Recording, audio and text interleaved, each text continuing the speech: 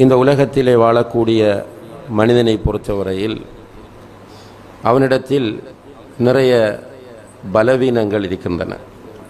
அல்லாஹும் அல் குர்ஆனிலே சொல்லும்போது வஹுலிகல் இன்சானு தஈஃபா, மனிதன் பலவீனமானவனாகவே படைக்கப்பட்டுள்ளான் என்று சொல்கிறான். அந்த பலவீனங்களை அல்லாஹ் பட்டியலிடுகிறான். சில பலவீனங்களை வஹுலிகல் இன்சானு அஜூலா, மனிதன் அவசரக்காரனாக படைக்கப்பட்டுள்ளான். ஹுலிகல் இன்சானு ஹலூஆ, மனிதன் டென்ஷன் உள்ளவனாக படைக்கப்பட்டுள்ளான். இப்படி மனித பலவீனங்களையும் அல்லாஹு தஆலா அடையாளப்படுத்துகிறான். அதிலே ஒன்றுதான் வ இன்னஹு லிஹுப்பில் ஹைரி லஷதீத், மனிதன் ஹைரை கடுமையாக நேசிக்கக்கூடியவனாக இருக்கிறான் என்று அல்லாஹ் சொல்லுகிறான். ஹைர் என்று இங்கே சொல்லுவது பொருளாதாரத்தை.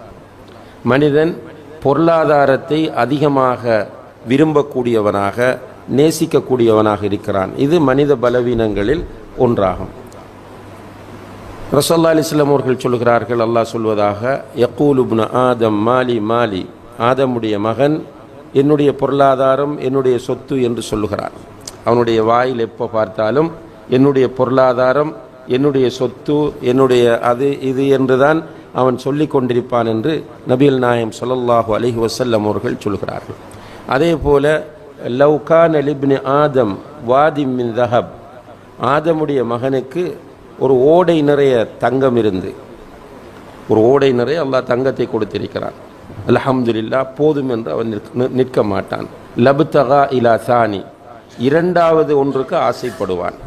அவனுக்கு 2 ஓடை நிறைய தங்கத்தை அல்லாஹ் கொடுத்தால் லப்தகா இலா சாலிஸ், மூன்றாவது ஒன்றுக்கு அவன் ஆசைப்படுவான். இது மனித பலவீனம், மனிதனுடைய இயல்பு என்று அல்லாஹு தஆலா சொல்கிறான். இப்போ அல்லாஹ் சொல்லக்கூடிய, அல்லாஹுடைய தூதர் சொல்லக்கூடிய இந்த விஷயங்கள் பொய்யாகாது. நிச்சயமாக அது நடந்தால்தான் அல்லாஹுடைய கலாம் உண்மை என்பதும் நபிகள் நாயகம் ஸல்லல்லாஹு அலைஹி வஸல்லம் அவர்களுடைய வார்த்தைகள் முஅ்ஜிஸா என்பதும் நிரூபணமாகும். அந்த அடிப்படையில் நம்மிடத்திலே இந்த பொருளாதார ஆசை என்பது இயல்பாக இருக்கும், எல்லோருக்கும் இருக்கும். எனக்கு இல்லை என்று ஒருவர் சொல்ல முடியாது. ஏதோ ஒரு கோணத்தில் அவரிடத்தில் பொருளாதார ஆசை இருக்கும். இன்னும் ஒரு பக்கம் நீங்கள் பாருங்கள், பொருளாதாரத்தை அல்லாஹு தஆலா மனிதனுக்கு கியாமன் என்று சொல்லுகிறார். அவனுடைய வாழ்க்கைக்கான அடிப்படையாக பொருளாதாரம் ஆக்கப்பட்டுள்ளது என்று சொல்கிறார். இப்போ பொருளாதாரம் தேவை.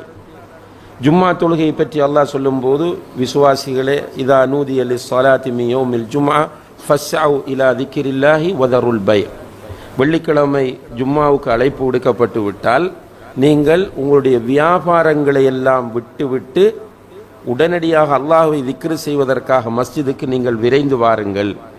திரும்ப சொல்கிறான், ஃபைதா குதியத்திஸ் ஸலா, தொழுது முடித்து விட்டால், ஜும்மா தொழுகை முடிந்து விட்டால், ஃபன்தஷிரு ஃபில் அர்த், பூமியிலே நீங்கள் பறந்து சென்று, வப்தகு மின் ஃபதுலில்லா, அல்லாஹுடைய ஃபதுலை நீங்கள் தேடுங்கள் என்கிறான். இங்கே அல்லாஹுடைய ஃபதுல் என்று சொல்வது பொருளாதாரத்தை. இப்போ பொருளாதாரத்தை தேடுங்கள் என்று அல்லாஹு தஆலா சொல்கிறான். இப்போ வாழ்க்கைக்கான அடிப்படையாக இந்த பொருளாதாரம் இருக்கிறது. அதே நேரத்திலே இந்த பொருளாதாரத்தை தேட வேண்டும் என்பதையும் அல்லாஹு தஆலா ஆக்கி வைத்து, இன்னும் ஒரு பக்கம் மனிதனுடைய பலவீனங்களில் ஒன்றாக பொருளாதாரத்தின் மீது ஆசையை கூட்டி வைத்திருக்கிறார். ரசூலுல்லாஹி அலைஹி வஸல்லம் அவர்கள் சொல்லுகிறார்கள், ஆதமுடைய மகன் வயது போக போக அவனிடத்தில் ஆசை அதிகரிக்கும் என்று நபி ஸல்லல்லாஹு அலைஹி வஸல்லம் அவர்கள் சொல்லுகிறார்கள். மனிதனுக்கு வயது கூட கூட முதுமை அடைய அவனிடத்தில் ஃப்ரெஷ்ஷாக ஆசை வந்து கொண்டே இருக்கும் என்பதையும் நபி ஸல்லல்லாஹு அலைஹி வஸல்லம் அவர்கள் சொல்லுகிறார்கள். ஆசை என்பதை பொதுவாகவே சொல்லுகிறார்கள் ஹிர்ஸ் என்று. அதில் பொருளாதார ஆசையும் வரும். இப்போ மனிதன் பொருளாதாரத்தின்பால் ஆசை உள்ளவனாகவும் தேவை உள்ளவனாகவும் இருக்கிறான் என்பதில் இரண்டாவது கருத்து யாருக்கும் கிடையாது. இப்போ இந்த பொருளாதார ஆசை நம்மை இந்த உலகத்தில் ஒரு மனநோயாளியாக மாற்றிவிடக்கூடாது. இப்போ இன்றுள்ள பிரச்சனை என்னவென்றால், எல்லோரும் இந்த பொருளாதாரத்தை வைத்து ஸ்ட்ரெஸ்ஸாக மாறிக்கொண்டிருக்கிறார்கள், மன அழுத்தத்திற்கு உள்ளாகி கொண்டிருப்பதை பார்க்கிறோம். பொருளாதாரத்தை அடிப்படையாக வைத்து மன அழுத்தம் நிறைய பேருக்கு இருக்கிறது. ஒன்று போதாது என்கிற ஒரு பிரச்சனை, அல்லது எப்படி இதை வளர்த்து கொள்ளலாம் என்கிற பிரச்சனை. இப்படியான பிரச்சனைகளால் மன அழுத்தத்திற்கு உள்ளாகிறார்கள். ஏனைய காரணங்களால் மன அழுத்தத்திற்கு உள்ளாகுவதை விட மனிதன் அதிகமாக பொருளாதாரத்தை வைத்துத்தான் மன அழுத்தத்திற்கு உள்ளாகிறான் இன்றைய காலத்திலே. என்னால் அவனுக்கு போதாது என்று அவன் சம்பாதிப்பது போதாது. உண்மையிலேயே இதன் பின்னணியில் சில சதிகளும் இருக்கின்றன. போதாது என்கிற இந்த மனநிலையை ஏற்படுத்துவதில் சில வேலை திட்டங்களும் பின்னணியில் இருப்பதை நாம் பார்க்கலாம். அதில் குறிப்பாக குளோபலைசேஷன் என்று சொல்லக்கூடிய ஒரு ப்ரோக்ராம் இருக்கிறது.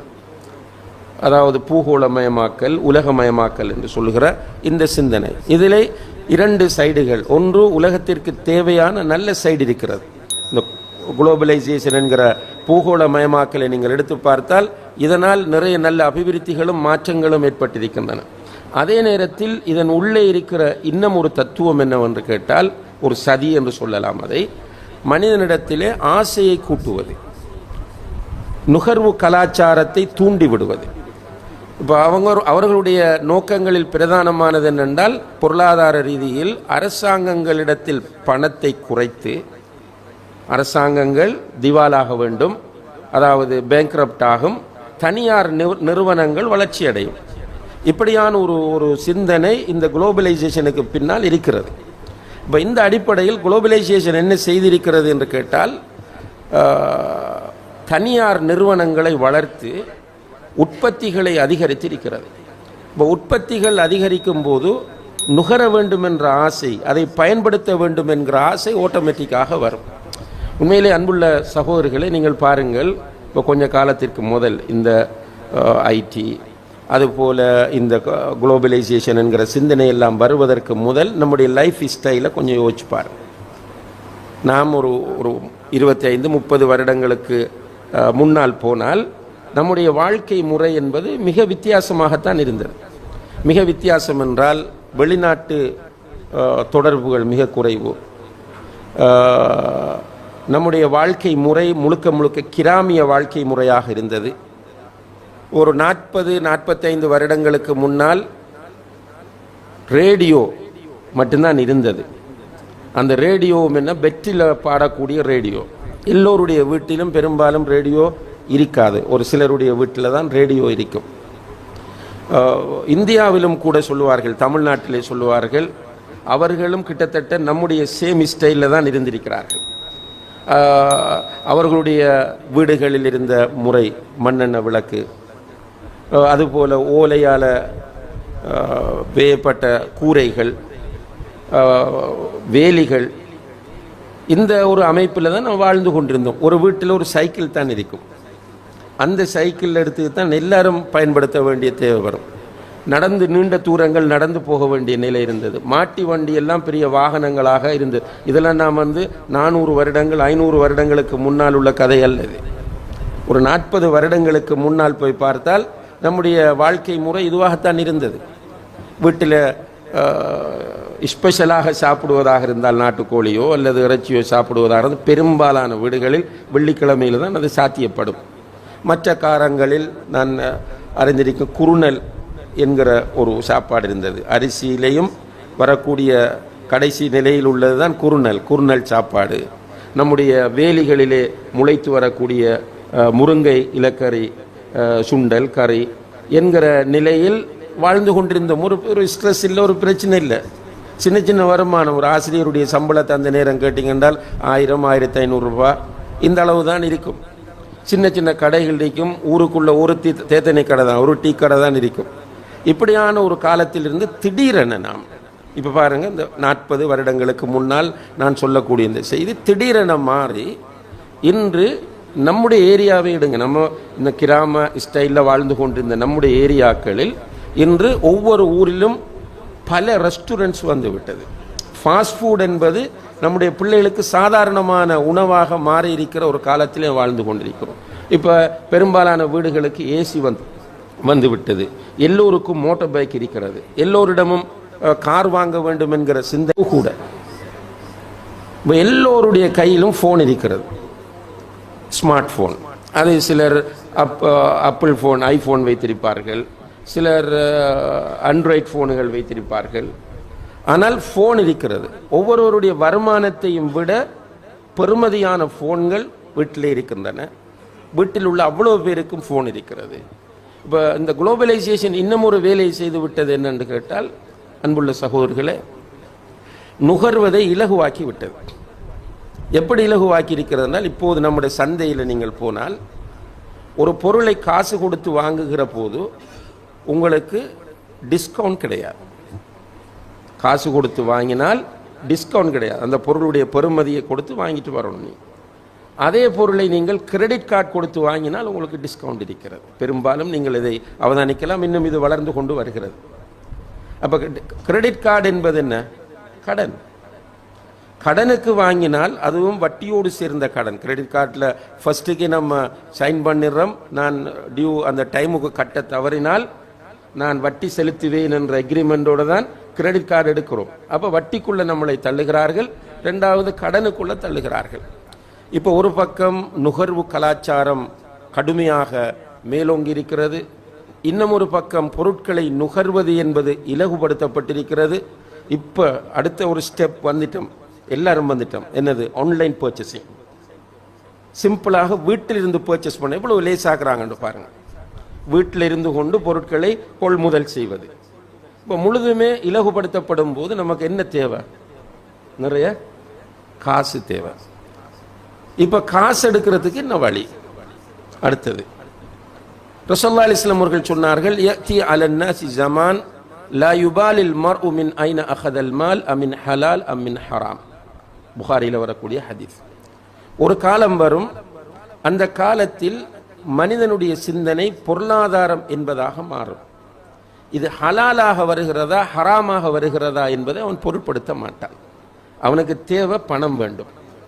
சுப்ஹானல்லாஹ், இன்று வியாபாரம் மிகப்பெரிய அளவில் வளர்ந்து கொண்டு போகிறது.